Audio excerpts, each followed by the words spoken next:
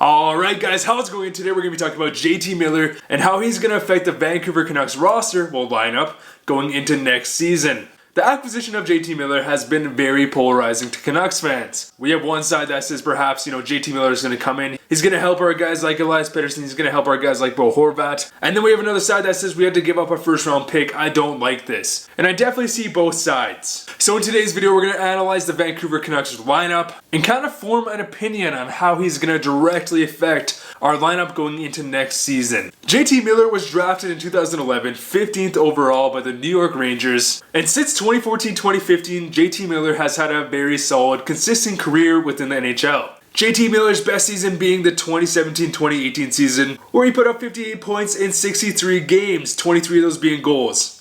Of course, that time was split between the New York Rangers and the Tampa Bay Lightning, whereas the two previous seasons were spent entirely with the New York Rangers, where he had really consistent production. Besides last year, JT Miller had 3 straight 20-plus goal seasons, with this past season being considered more of a down year. But here's the thing, guys, JT Miller did not get the same ice time that he got within the New York Rangers lineup. Within Tampa Bay, obviously we have other guys like Kucherov, Stamkos, Braden Point. JT Miller wasn't relied upon for his offense. Yes, there were times where he did play with Kucherov and Stamkos, but for the most part he was played in more of a secondary scoring role. Obviously that means more penalty kill time and less power play time, and if he was playing power play minutes he wouldn't have been on the first line. And of course that would affect his totals, but however, with that being said, he still did put up 47 points in 75 games. Not too bad for a guy who played an entirely different role with Tampa compared to what he's used to playing his whole career. So overall, what we can interpret from JT Miller's, career stats is he's been very consistent and is a potential 25 goal guy. Alright, so let's take a look at the Vancouver Canucks roster and kind of see where he'd fit in. Alright, so here are my predictions, and give or take, guys. Obviously some of these guys can be rotated around, and because of injuries we don't necessarily know exactly what it's going to look like. In the guys in red are the question marks. Bertree being an injury-prone guy, same as Roussel. Pearson, we don't necessarily know his exact feature yet, in the same as Goldobin. So when we look at this roster, so obviously I have Bertree, Pettersson, Besser, manning the first line, and on the second line we have Miller, Horvat, and Pearson, Goldobin, Sutter, Virtanen, and Granlund, Beagle, and Levo.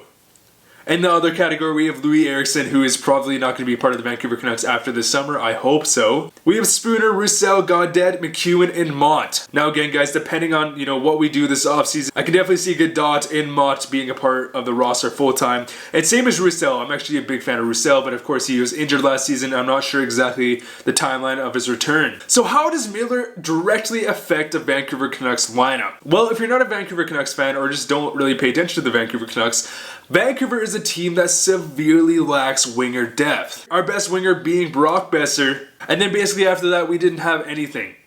Bertree is actually a decent second-line winger, a very, very fringe first-line winger, but his injuries have really caught up to him. Countless concussions have kept him out of the lineup, and his future is really unsure. So with that being said, we are playing guys like Virtanen, Levo, Goldobin, guys that should not be a part of the top 6, yet so far. And they are forced into that role because of no depth. And how did that affect the Vancouver Canucks? Well, it basically meant for a lot of the season, the Vancouver Canucks were really stacking Pettersson's line.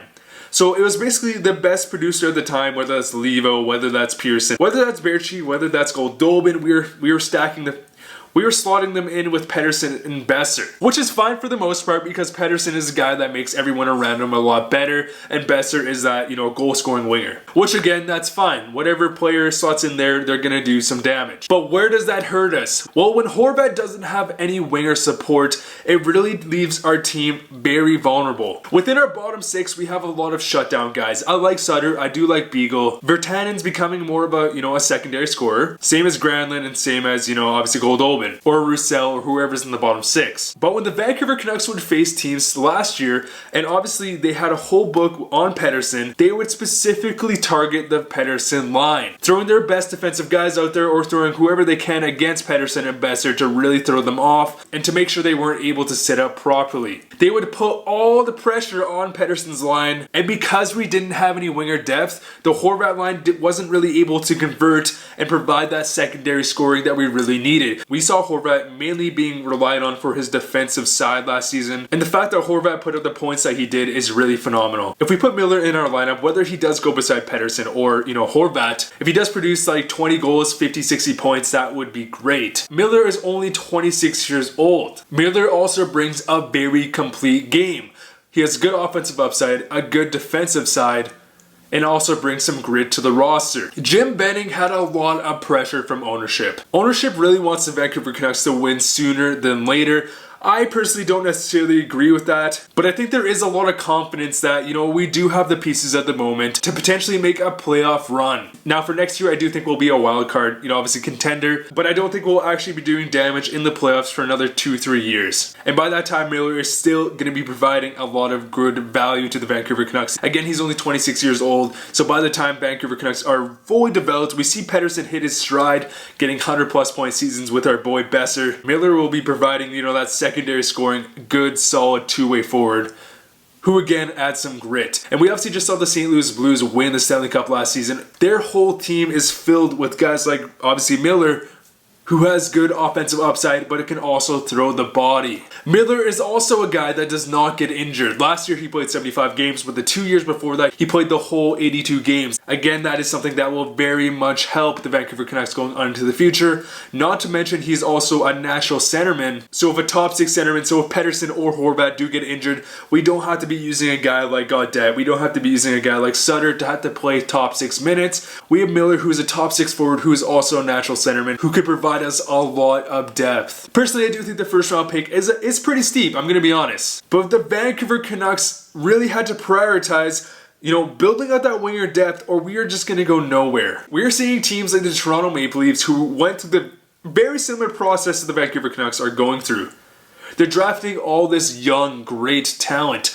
And what is happening to the Toronto Maple Leafs? Well, we have potentially 3 guys signing at $10+ million, just destroying their forward depth. If the Vancouver Canucks keep acquiring some more pieces, specifically on the defensive side, we could be doing a lot of damage in the playoffs, especially if guys like Pettersson and Quinn Hughes are on entry-level contracts. Not to mention that Podkolzin is going to be ready to play within our lineup within 2 years, which is going to add a whole new layer of depth to our lineup. Now, I definitely do see the pros and cons of adding, obviously, JT Miller to the team. We did have to give up first round pick, which is steep, but guys, keep in mind, this is what teams are asking nowadays. If we look at the Kevin Hayes deal, Kevin Hayes is a very similar player to JT Miller. They even played together for years within the New York Rangers lineup. Kevin Hayes received just as much as a premium than Miller did, only as a rental player. Not only that, but he just re-signed a contract for $7+ million, whereas JT Miller is signed at $5.25 million. The only way I can really see this trade not going our way and considered, a big bust trade is if Miller doesn't provide that 20+ goals and 50+ point season. Again, there is a lot of pressure on Jim Benning to win from management, and I think us trading for Miller is a fantastic, meet in the middle transaction. It doesn't hurt our future too much. We, of course, have a lot of prospects within the pipeline. The pick is protected next season. And if we do have to give it up, not next season, but the season after that, with our current guys, and if they keep on growing, we are definitely a Stanley Cup competing team. I'm not saying we're going to go deep in the playoffs, but we have all the pieces where we should be in the playoffs by then. And if we are in the playoffs, there's obviously a big issue with management,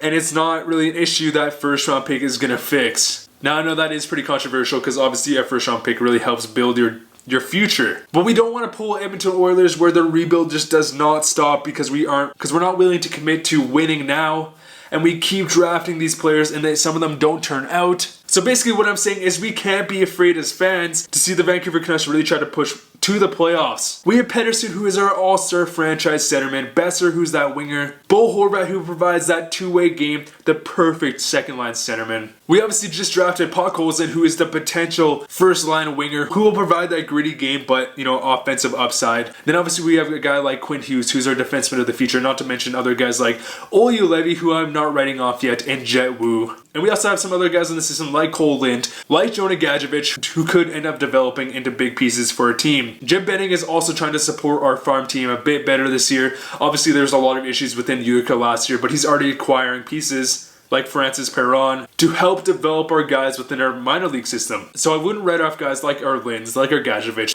Miller is just really going to help our scoring depth, and that's what it really comes down to. Maybe next season teams aren't necessarily going to just have to focus on Pettersson, and they can put their attention other places, which will just mean that Pettersson's production is just going to go up. Because imagine Elias Pettersson's production, this season if every team wasn't specifically targeting him, and he still put up the production he did. Anyways, guys, I'm very excited for next season. We have a lot of things to look forward to. But anyways, guys, let me know what you guys think down below. See you guys later.